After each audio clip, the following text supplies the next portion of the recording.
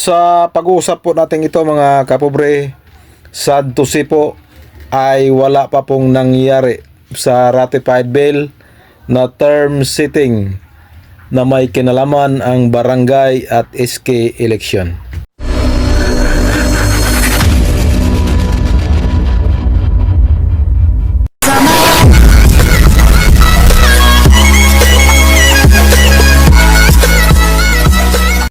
Hello! Magandang umaga po mga kapobre. Welcome back po sa ating munting channel, Pobreng Mapalad Vlog. Panibagong araw, panibagong biyaya, panibagong pag-asa. Of course, panibagong vlog tayo mga kapobre. So, ngayong araw ay araw ng Biyernes.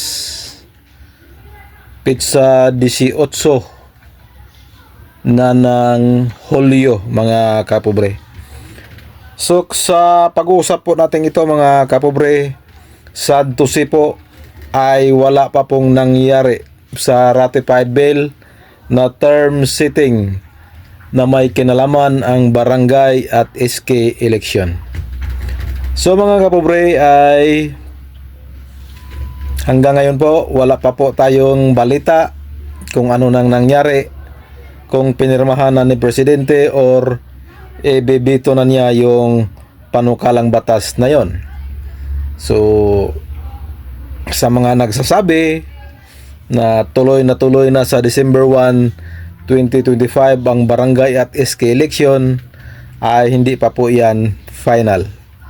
Wala pa pong kasiguraduhan yan kasi nga mayroon pa pong pending bill at yaon ay ang term setting bill na nandoon na sa mga kamay ng Presidente.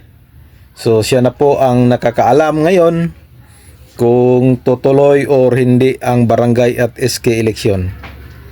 Tayong mga content creator, yung mga nagmarites lang tayo, ay wala pa po tayong kasiguraduhan kasi nasa dulo na ng bulpen ni Presidente ang desisyon niyan.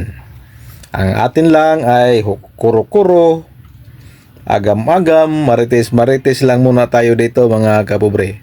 Kaya wag tayo magsalita ng tapos kasi nga hindi pa po final yan. So dito mga kapobre, pag-usapan muna natin tong term setting bill. Sabi ng iba na wala daw pag-asa yung term setting bill na yon kasi nga kung pirmahan man yun ni Pangulo ay madideklara daw yon na unconstitutional. Okay po, himay-himayin po natin yan mga kapobre. Yung 2022 postponement ng barangay election, yun po ay totoo po, na-declare po yun na unconstitutional. Kasi nga postponement, so kinatigan ng Korte Suprema at may ruling na po yan. So dito, kaya nga kampante yung iba na magsasabi na unconstitutional po daw ngayong bill na yan, yung ratified bill, kasi nga wala daw pinagkaiba kasi postponement din yon. Pero sa tingin ko mga kapobre, malaki po ang pagkakaiba ng na-declare na unconstitutional noong 2022 election at sa ngayon na pinail nila na ratified bill na term setting bill. Ito po ay term setting bill. Pinefix or sinisate na po yung eleksyon ngayon every 4 years. Dati kasi wala, may 3 years nga ang sinasabi pero laging napopostpone. So ngayon ay ipifix na talaga. Isisate na yung eleksyon every 4 years. So sa tingin ko hindi ito na-declare na unconstitutional kasi po malaki po ang pinagkaiba ng titulo, ng title po. Yung dineclare na unconstitutional is postponement, samantalang ito ngayon ay term setting bill. So may pagkakaiba po. Pero siguro i-fight yan ni Attorney Makalintal. So sila na ang bahala dyan.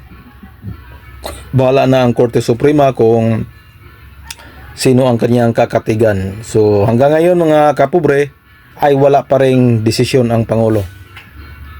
Puro Dami nang nagsasabi na tuloy na daw sa December 1, pero wala man naman po tayong nakikita, wala tayong nababasa, wala tayong napapanood na pronouncement mula mismo sa Pangulo na tuloy.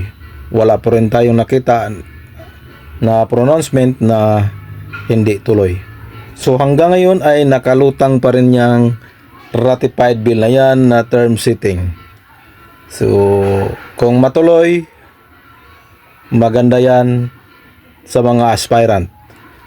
Kung mapospone, maganda naman yan sa mga incumbent.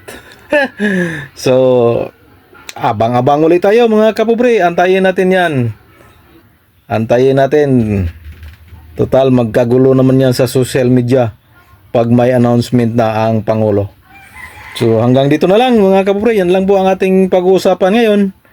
Magandang araw sa inyong lahat at ingat po tayo. God bless. Bye-bye. I love you all.